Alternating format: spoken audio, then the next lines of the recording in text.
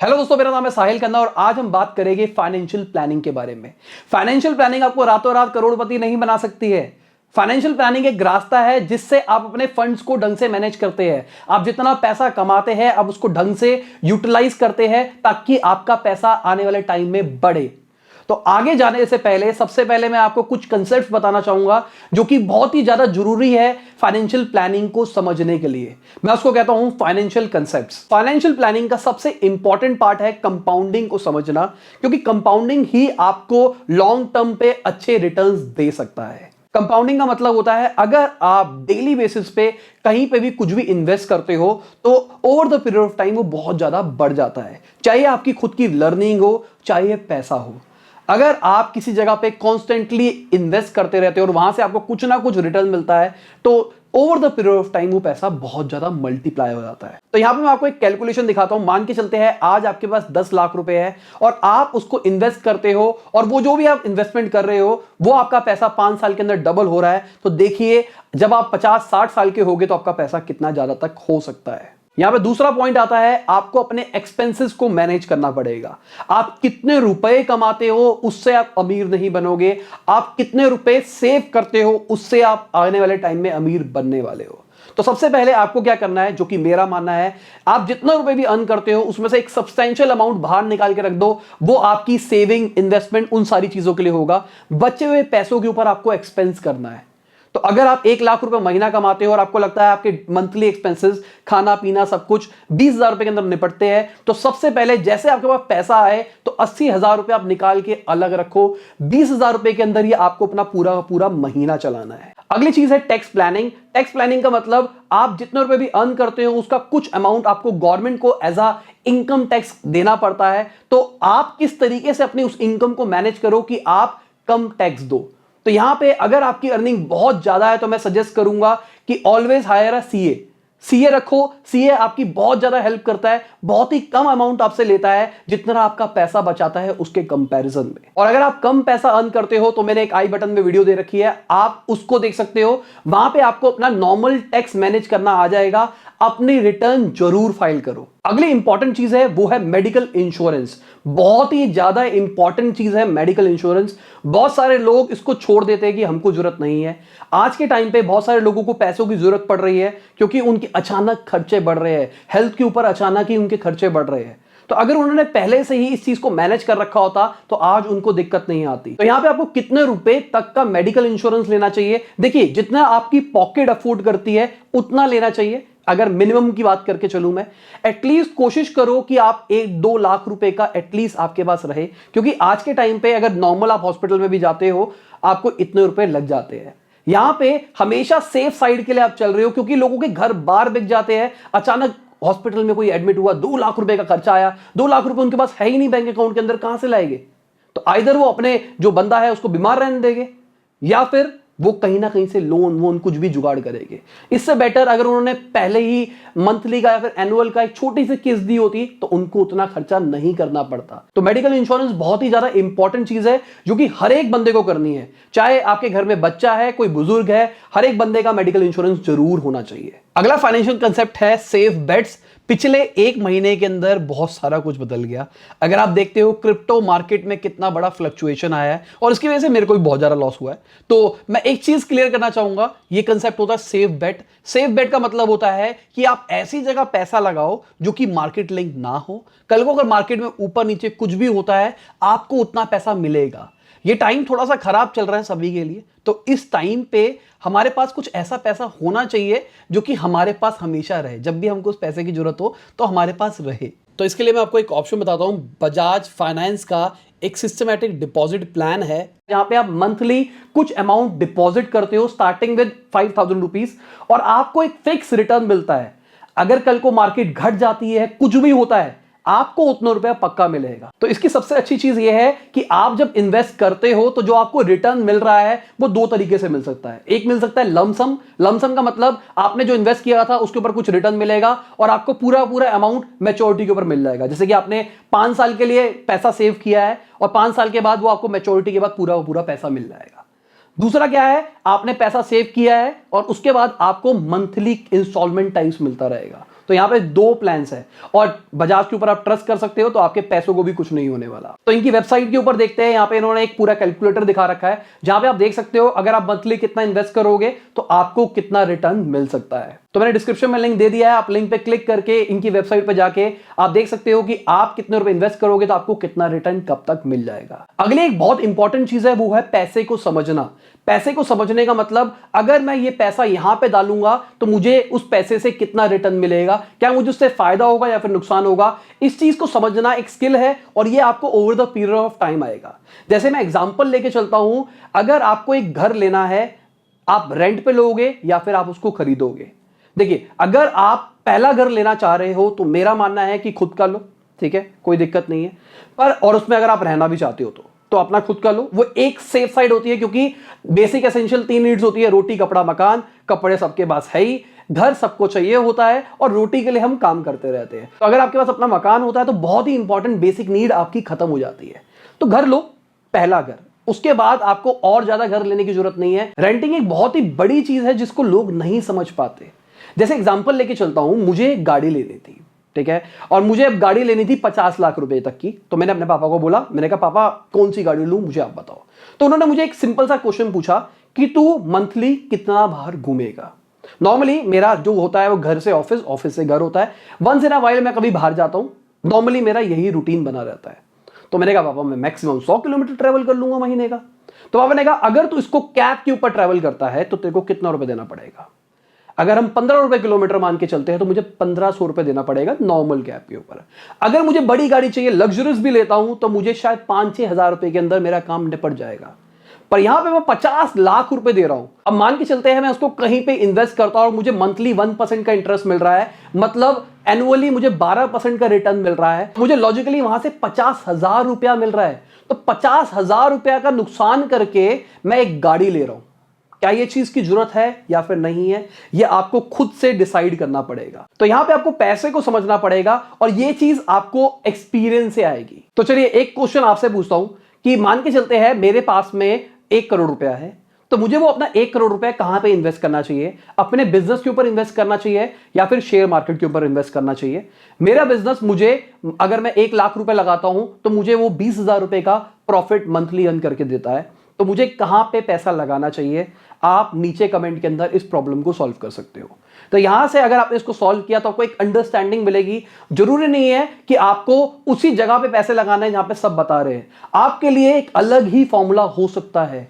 तो financial planning किसी भी बंदे के लिए कोई ऐसा नहीं है कि आपको इतना परसेंट यहां करना चाहिए, इतना परसेंट यहां करना चाहिए। ये एक कॉम्प्लेक्स प्रॉब्लम है जिसको आपको अंडरस्टैंड करना पड़ेगा और सॉल्व करना पड़ेगा। तो आगे मैं आपको कुछ सॉल्यूशंस देने वाला हूं जो कि मेरे हिसाब से अगर आप उस एज ग्रुप के अंदर आते हो तो उस तरीके से आपको अपने पैसों को मैनेज करना चाहिए। तो अगर आपकी एज कम है और आपकी डिपेंडेंसी नहीं है, मतलब आपकी उम्र 25 से नीचे है और आपकी शादी नहीं हुई है, आपके घर वाले आपसे पैसा नहीं मांगते हैं, अगर आप घर में पैसा नहीं दोगे तो कोई फर्क नहीं पड़ेगा। तो मेरा मानना है कि आपको अपनी ज्यादातर इनकम सेल्फ डेवलपमेंट और हाई रिस्क एसेट्स के ऊपर लगानी चाहिए। सेल्फ डेवलपमेंट का मतलब समझाने की कोशिश कर रहा हूं। अगेन यहां पे वही पैसा इन्वेस्टमेंट वाला कंसेप्ट आ रहा है जो मैंने आपको पहले समझाया। अगर मेरी इनकम 10,000 रुपए महीने की है, ठीक है, और मेरा 5,000 रुपए महीने का एक्सपेंस है जो कि निकल जाता है, मेरे पास 5,000 रुपए बचते हैं। अगर मैं 5,000 रुपए में से 3,000 रुपए या फिर 4,000 रुपए, मेरा मानना है 80% पैसा अपने ऊपर अगर आप इन्वेस्ट करो अर्ली स्टेज के ऊपर, तो क्या होगा? आपने महीने का 4,000 रुपए अपने ऊपर इन्वेस्ट किया, चाहे आप ऑनलाइन कोर्सेज लो, बुक लो, मेंटरशिप लो, कुछ भी करो, 4,000 रुपए महीना आपने अपने ऊपर खर्च करा है। उसकी वजह से आपका स्किल बढ़ेगा और जहां आप 10,000 रुपए महीना कमा रहे हो सकता है आप 15,000 रुपए, 20,000 रुपए महीना कमाना शुरू कर दो 6 महीने के अंदर। तो यहां पे आपको पैसे को समझना पड़ेगा।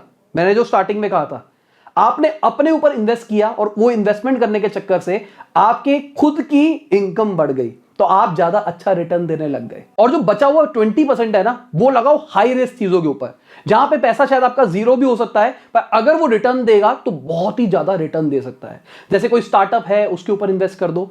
1,000 रुपए कोई भी स्टार्टअप इन्वेस्टमेंट के लिए नहीं मांगती, पर आप वो पैसा ऐसी चीजों के ऊपर लगा सकते हो, क्रिप्टो के ऊपर लगा दो, या फिर कोई भी आपको ऐसी जगह दिखती है जहां पे आपका पैसा बहुत ही ज्यादा तेजी से मल्टीप्लाई हो सकता है, वहां पे लगाओ। अगर आप चाहो तो शेयर मार्केट के अंदर भी हाई रिस्क एसेट्स होती है, आप उनके ऊपर भी लगा सकते हो। एग्जांपल के लिए डॉज कॉइन लेके चलते हैं, हाई रिस्क। अगर मान के चलते हैं दिसंबर के अंदर आपकी 10,000 रुपए की इनकम है, दिसंबर के अंदर आपने सिर्फ 1,000 रुपए डॉज कॉइन में लगाया होता तो आज आपके डॉज कॉइन की वैल्यू क्या हो चुकी होती, देख लो। तो चलिए यहां पे दूसरा केस लेके चलते हैं।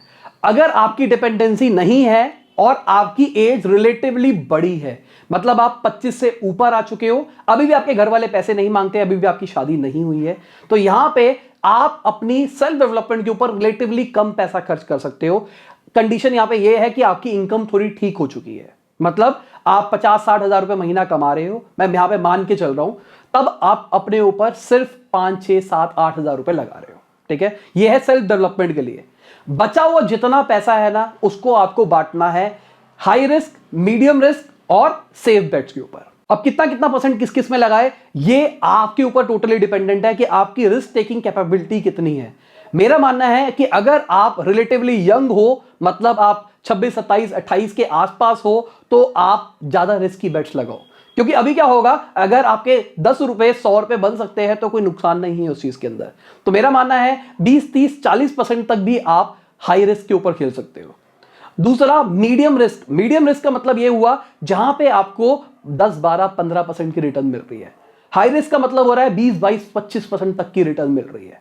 ठीक है, और अगर हम सेफ बेट्स की बात करके चलते हैं, सेफ बेट्स का मतलब है जहां पे कोई भी डिपेंडेंसी नहीं है मार्केट से, भाई उतना पैसा तो मेरे पास पक्का आने ही वाला है, उसको कहते हैं हम सेफ बेट्स। आगे जाने से पहले एक बहुत ही इंपॉर्टेंट चीज बताना चाहूंगा जो कि बहुत सारे लोग गलती करते हैं, वो है लग्जरी आइटम्स। लग्जरी आइटम का मतलब, मैं ये नहीं कह रहा कि आप लग्जरी आइटम मत लो, आप आईफोन लेना चाहते हो आप आईफोन लो, आपको मर्सिडीज बेंज लेनी है आप मर्सिडीज बेंज लो, आपको जो भी लेना है वो लो, पर यहां पे कंडीशन ये है कि आप जो पैसा कमा रहे हो, मैंने कहा उसमें से एक एक्सपेंस निकाल देना है, उसके अंदर वो आईफोन नहीं आ रहा है, उसके अंदर आपके कोई ईएमआई नहीं आ रहे हैं। ठीक है, अगर आपको कोई घर लेना है तो उसके अंदर ईएमआई के अंदर कितना जाएगा वो सब यहां पे नहीं आ रहा है।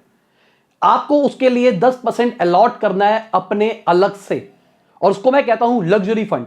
लग्जरी फंड का मतलब यह हुआ कि यार मुझे कहीं पे ट्रिप पे जाना है तो उसके लिए मैं पैसा इकट्ठा कर रहा हूं, तो यहां पे मैं सेफ बेट और मीडियम रिस्क वाली प्रोफाइल ले सकता हूं इन्वेस्टमेंट के लिए। मंथली कुछ कुछ अमाउंट डाले जा रहा हूं, जब वो मैच्योर होता है, जब वो इकट्ठा होता है, तब मैं वो चीज करता हूं। अगर मेरे को गोवा जाना है घूमने के लिए, और मेरे को गोवा घूमने के लिए मान के चलते हैं 50,000 की रिक्वायरमेंट है, आज ये नहीं है कि मैं अपने पूरी इनकम निकाल दूंगा। मेरी जो इनकम है, मुझे प्लान करना है कि मुझे 6 महीने बाद जाना है, 6 महीने बाद जाना है, तो मेरी जो इनकम थी उसमें से मैंने 10% अलॉट कर रखा है लग्जरी फंड के लिए। मैं अपना पैसा निकाल के उस लग्जरी फंड के अंदर डाले जा रहा हूं। जब मेरे पास वो पैसा सब्सटेंशियल 50,000 रुपए इकट्ठा हो जाएगा, तब मैं घूमने के लिए जाऊंगा।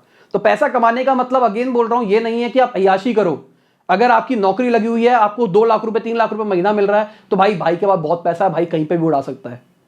जितना भी आप पैसा कमाओ उसमें से 10% हमेशा लग्जरी फंड के लिए अलॉट करो। अगर आप ज्यादा कमाते हो तो ये चीज आपके लिए अच्छी है। अगर आप 2 लाख रुपए कमाते हो तो 20,000 रुपए महीना आपको लग्जरी फंड के लिए मिल रहा है, आप इकट्ठा करके कुछ भी कर सकते हो। और अगर आप 10,000 रुपए कमाते हो तो 1,000 रुपए है, तो इसका मतलब यह है कि आप जो भी चीज लेना चाह रहे हो वो 1,000 रुपए महीने से जुड़ जुड़ के आगे जाके बनेगी। अगर आपको आईफोन भी ईएमआई के ऊपर लेना है, कोई सा भी, अगर आपकी ईएमआई 1,000 से नीचे की आ रही है, अगर आप 10,000 रुपए अर्न करते हो, तो अब आप उस आईफोन को ले सकते हो, वरना आप आईफोन को नहीं लोगे। देखिए, मैं तो पर्सनली ऐसी कोशिश करता हूं कि मैं अपने एक्सपेंसेस को कम से कम रखूं, अजूल फजूल एक्सपेंसेस को। अगर मुझे किसी चीज की जरूरत है तो मैं ले लेता हूं, अगर मुझे किसी चीज की जरूरत नहीं है तो मैं उसको नहीं लेता हूं। मैं अपने लग्जरी वाले बजट को भी यूज नहीं करता हूं बहुत बार, क्योंकि मुझे उस चीज की जेन्युइनली जरूरत नहीं होती है। अब अगले आते हैं जिनकी मीडियम डिपेंडेंसी है। मीडियम डिपेंडेंसी का मतलब आपके घर वाले आप पे डिपेंडेंट है, मतलब कहते हैं कि बेटा 5-10 हजार रुपए 20 हजार रुपए कुछ दे दिया कर, घर चलाने के लिए कुछ खर्चा चाहिए, और आपकी उम्र ठीक ठाक है। ठीक है, तो मेरा मानना है सबसे इंपॉर्टेंट चीज टर्म प्लान कराओ। सबसे पहली चीज है टर्म प्लान, मतलब भगवान ना करे कल को कुछ हो जाए तो आपकी फैमिली सिक्योर रहेगी। यहां पे कहते हैं 20x का रखना चाहिए। जैसे कि मान के चलते हैं आप 10 लाख रुपए कमा रहे हो, अगर आप उसको 20 से मल्टीप्लाई करते हो मतलब 2 करोड़ रुपए, तो आपका जो टर्म इंश्योरेंस का प्लान होना चाहिए वो 2 करोड़ का होना चाहिए। अब इसका मतलब क्या है, कल को भगवान ना करे आपको कुछ हो जाए, आपके घर वालों को 2 करोड़ रुपए मिलेगा। अगर वो उसको नॉर्मल किसी भी इंस्ट्रूमेंट में डालते हैं, चाहे वो एफडी के अंदर भी डालते हैं या फिर नॉर्मल पड़े रहने देते हैं, तो भी उनका घर का खर्चा चलता रहेगा। इसलिए टर्म प्लान बहुत ही ज्यादा जरूरी चीज है डिपेंडेंट लोगों के लिए, जिन पे लोग डिपेंडेंट है। और टर्म प्लान घर में सबका नहीं कराना होता, छोटे बच्चों का नहीं कराना होता। जिन लोगों पे लोग डिपेंडेंट है ना, उनके लिए टर्म प्लान कराना है, सबके लिए नहीं कराना है। ठीक है, अब सेल्फ इंप्रूवमेंट के ऊपर कितना परसेंट करें, देखिए यहां पे अभी आप 20% कर सकते हो अगर आपकी उम्र 35 से नीचे है। उसके बाद मुझे ऐसा लगता है कि आपको अपने आप ही समझ में आ जाएगी कि आपको अपने ऊपर लगाना चाहिए या फिर नहीं लगाना चाहिए। बचे हुए जो है यहां पे आप रिस्क को बिल्कुल कम करने की कोशिश करो। अगर आपकी उम्र ज्यादा है, अगर बहुत ही मीडियम रिस्क है कि घर वाले कहते हैं थोड़ा सा अमाउंट दे दिया, अगर तेरा भाई भी कमाता है, तू भी कमाता है, थोड़ा सा अमाउंट तू दे दिया, अगर थोड़ा तेरा भाई दे दिया करेगा, और घर वाले ही डिपेंडेंट है खाली आप पे, तो यहां पे रिस्क को रिलेटिवली कम रखो, 10% के आसपास रखो। मीडियम को थोड़ा सा रख सकते हो आप, और सेफ बेट्स को मीडियम रख सकते हो। मतलब आप 10% 20% के आसपास रिस्क ही रखो, 40 से 60% के आसपास आप मीडियम रिस्क रखो, और बाकी आप सेफ बेट्स रखो। अगेन मैं जो फॉर्मूला बता रहा हूं ये आप पे डिपेंडेंट है। अगर आप 35 साल के हो और आप रिस्क लेना पसंद करते हो तो 10% मैं कह रहा हूं आपको लगाने के लिए, हो सकता है आप ज्यादा भी लगाओ, यहां पे आपको कोई रोक नहीं सकता है। पर ये जो मैं फॉर्मूला बता रहा हूं ये स्टैंडर्ड है जो कि नॉर्मली लोग प्रैक्टिस में लाते हैं। यहां पे अगले आते हैं जिनकी हाई डिपेंडेंसी है। हाई डिपेंडेंसी का मतलब ये हुआ उनकी पूरी फैमिली उन पे डिपेंडेंट है, उनके पैसों से घर चलता है। तो यहां पे सबसे इंपॉर्टेंट चीज टर्म प्लान है, वो मैंडेटरी है, किसी भी हाल में आपको टर्म प्लान तो करवाना ही करवाना है। यहां पे अगर आपकी इन्वेस्टमेंट ब्रेकेज की बात करके चले तो मेरा मानना है यहां पे रिस्क आपको मिनिमम टू मिनिमम रखना चाहिए। अगर आप चाहो तो यहां पे अपनी मीडियम वाली जो आपके रिटर्न वाले प्रोस्पेक्टिव्स है वहां पे आप ज्यादा पैसा सेव कर सकते हो, और जो सेफ बेट्स है वहां पे भी थोड़ा ज्यादा पैसे रखो, क्योंकि आप पे घर डिपेंडेंट है। आप जो पैसा लगा रहे हो कल को वो जीरो ना हो जाए।